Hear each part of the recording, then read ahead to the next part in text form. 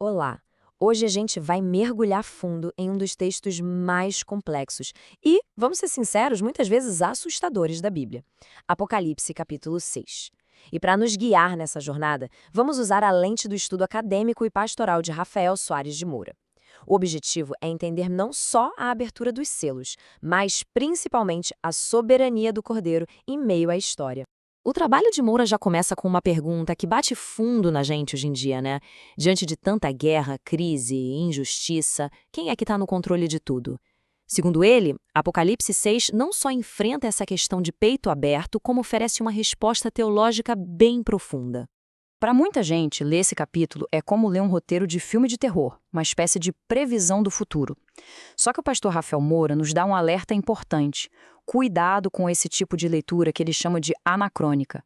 É como se a gente tentasse ler um texto antigo como se fosse uma notícia de jornal do século XXI. Então, qual é a chave para destravar o sentido do texto? Moura defende que a gente precisa de um pouco de humildade. É preciso deixar de lado os nossos óculos modernos e tentar ler o Apocalipse com os olhos de quem o recebeu pela primeira vez, os cristãos do primeiro século, que viviam debaixo do poder esmagador do Império Romano. E para fazer isso, Moura usa um conceito técnico fundamental da exegese, o sitz in leben, ou a situação de vida. Entender o que era a pressão política, a propaganda do império, a realidade do dia a dia dos cristãos lá na Ásia Menor, para ele, esse é o único caminho para decifrar de verdade os símbolos deste capítulo. E aqui a gente chega num ponto central da análise de Moura. Dá uma olhada. O capítulo 6 funciona como uma desconstrução teológica da propaganda de Roma. Onde o império prometia paz e segurança, o cordeiro revela a espada. Onde Roma vendia uma imagem de fartura, o cordeiro expõe a fome.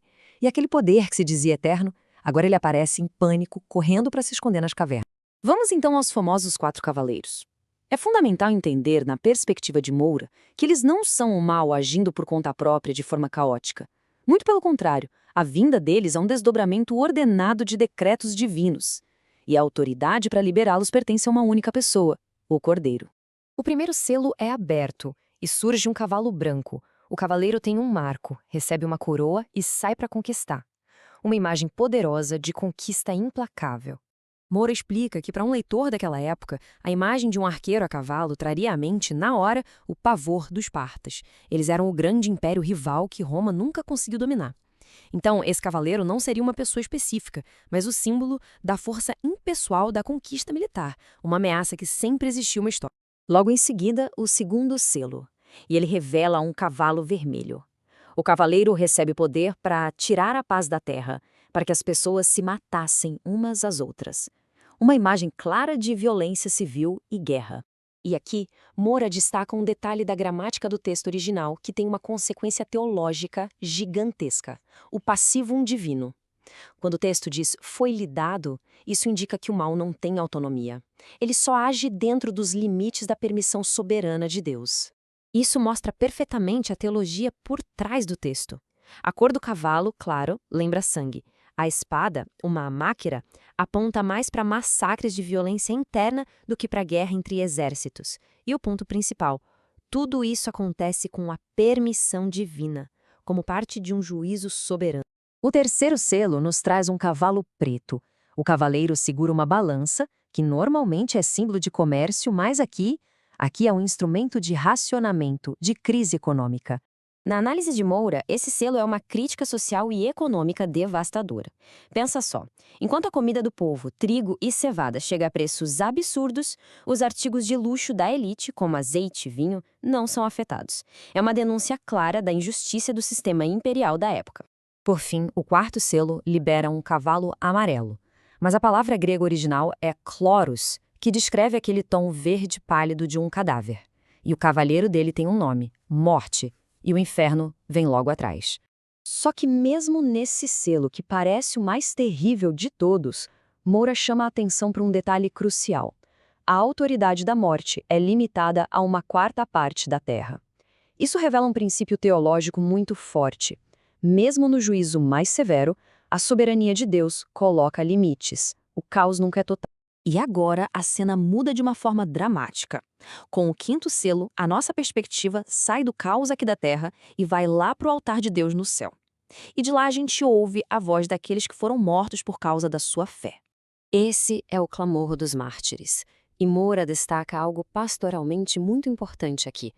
Deus não manda eles se calarem. Pelo contrário, ele valida essa oração de lamento. Ele acolhe, reconhece a dor da injustiça e promete descanso e justiça no tempo certo. A resposta que Deus dá aos mártires define a postura que se espera da igreja aqui na Terra, o pomoné. E como explica Moura, isso não é uma espera passiva, de braços cruzados. É uma perseverança que resiste, que é ativa e que se baseia na confiança de que a justiça final pertence a Deus. Chegamos ao sexto selo. E aqui a narrativa atinge o seu ponto máximo. O foco agora está na consequência final da rebeldia humana, a manifestação da ira do Cordeiro e o colapso total das estruturas de poder que se levantam contra ele. Moura esclarece que esses símbolos cósmicos não são para serem lidos como um evento astronômico literal. Na linguagem dos profetas do Antigo Testamento, a desordem do céu era a metáfora clássica para descrever a queda de impérios e o fim de governos aqui na Terra. É o jeito de Deus dizer que ele está abalando aquilo que os seres humanos consideram inabalável. E o que seria essa ira, no grego, orgê, do Cordeiro? Moura a define não como um ataque de raiva ou um surto emocional, mas como a oposição justa, santa e estabelecida de Deus contra todo tipo de mal, de opressão e de injustiça. O texto descreve reis, generais, ricos, poderosos, todo mundo tentando se escombrir da face daquele que está no trono. A conclusão de Moura é direta. Diante do juízo divino, status social, riqueza e poder não servem de refúgio para absolutamente nada. A justiça é igual para todos. Certo? E o que a gente faz com tudo isso? Rafael Soares de Moura sugere 3 caminhos bem práticos. Primeiro, ajustar a nossa visão de mundo. Lembrar que Deus continua no controle e limitando o mal. Segundo, recuperar na nossa vida de oração a legitimidade do lamento, do até quando. E terceiro, um passo crucial, fazer um autoexame honesto. E esse autoexame é provocado justamente pela pergunta que encerra o capítulo e que também encerra a nossa análise. Segundo Moura, essa não é uma pergunta retórica com resposta óbvia. É um chamado profundo à reflexão pessoal diante da soberania do Cordeiro. A questão fica no ar. Quem, afinal, poderá subsistir?